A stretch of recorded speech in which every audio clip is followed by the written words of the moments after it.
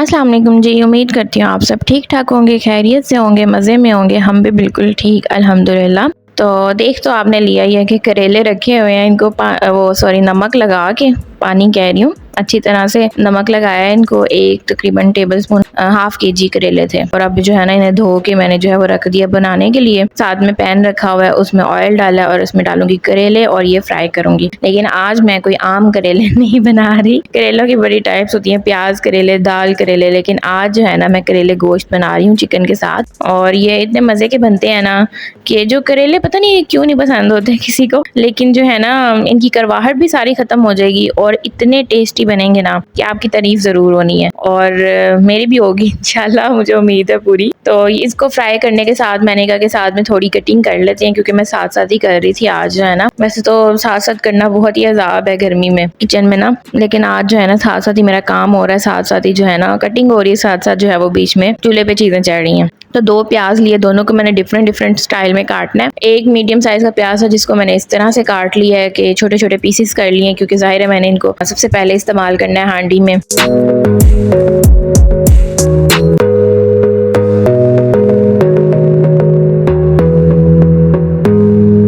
एक प्याज जो है ना मैंने गोल गोल कटिंग, उसके स्लाइसेस जो है ना कट कर लिए हैं और इसको बस मैं खोल के रख दूंगी। इसको भी साइड पे करना है। इसका मैं आपको बड़ा यूज़फुल सा एक ट्रिक जो है ना आज बताने लगी हूँ।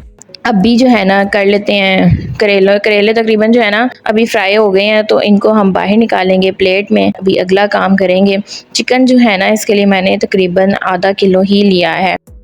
तो अभी जो है ना मैं क्या करूँगी कि करेले नाम ज़ुबान जो है ना आज मेरा साथ नहीं दे रही। करेले बाहर निकाल के ना तो मैं डालूंगी बीच में प्याज़ों को जो है वो मैं ऑयल में अच्छे से जो है वो भुनाई कर लूँगी। इनकी तकरीबन ब्राउन करूँगी, क्योंकि ना ब्राउन से जो टेस्ट आता है ना हांडी का वो ऐसे नहीं आता है।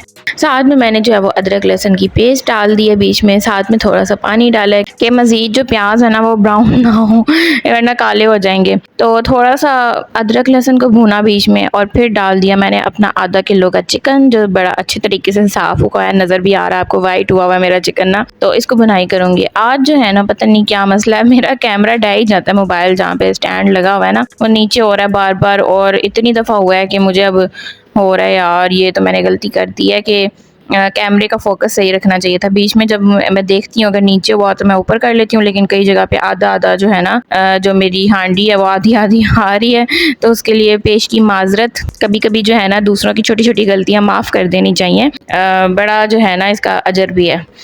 तो यहाँ पे जो है ना मैं प्याज वगैरह काट लिए, टमाटर फ्रीज़ थे तो फ्रीज़ मैंने काट के रख लिए, और साथ में सब्ज़ मिर्चें जो है वो मैं काट रही हूँ, 2 ही मैंने कट किया, बाकी मैं ऐसे ही डालूंगी। चिकन है ना उस पर मैंने ढक्कन लगा के रखा था, तो काफ़ी हद तक जो है ना चिकन मेरा गल भी चुका है और भून भी चुका है।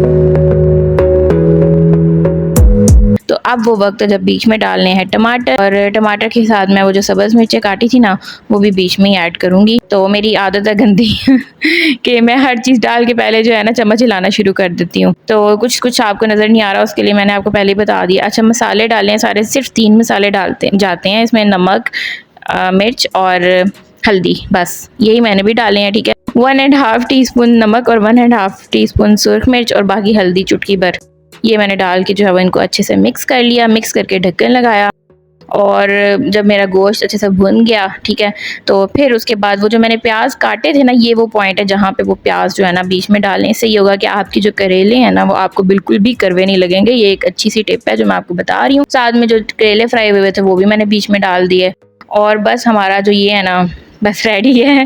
थोड़ा सा जो है ना मिक्स कर लेते हैं ढक्कन लगा के कि सालन घुल मिल जाए आपस में, और इतना मज़े का ये बना ना, काश मैं सही तरह दिखा पाऊँ, दिखाती हूँ भी आपको। या तो मैंने फिर पता नहीं लग गया कि कैमरा जो है ना नीचे जा रहा है, अभी भी ये सही नज़र नहीं आ रहा यहाँ पे। आज जो है ना लाइट का इफ़ेक्ट जो है ना वो बहुत बुरा आ रहा है। तो बीच में मैंने साथ में क्या डाली हैं, सब्ज़ मिर्चें डाली हैं। ठीक है, सब्ज़ मिर्चें ऐसे ही बस गार्निशिंग के लिए कि सारा ब्राउन ब्राउन है ना, बीच में ग्रीन कलर जो है ना बड़ा अच्छा लगता है। तो बस मेरा जो है ना ये रेडी है। वो मैंने करके ना बस 2-3 मिनट ही उसको दम पे लगाया था, और इतना मज़े का ये रेडी हुआ ना, मैं आपको बता नहीं सकती कि ये बहुत ही मज़े का था।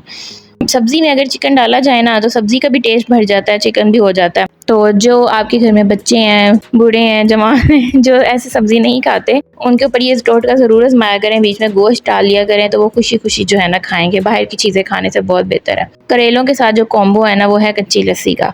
इतना मज़ा आता है ना ऐसे खाना खाने का, अगर कच्ची लस्सी साथ में बनाई जाए।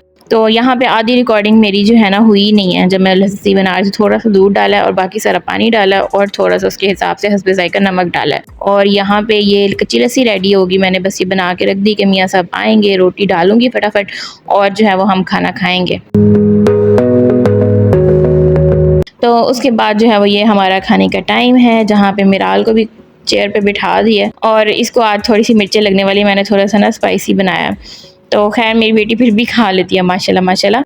तो यहाँ पे जो है ना मैंने अपनी प्लेट निकाली है, साथ में कच्ची लस्सी निकाली है। आज मेरे हस्बैंड ने इतनी तारीफ़ की ना सालन की, सब्ज़ी की वो बहुत ही कम तारीफ़ करते हैं। सब्ज़ी जो है ना वो इतनी खा भी नहीं सकते, बस मेरे हाथ की बनी हुई खा लेते हैं, शुक्र अल्लाह का।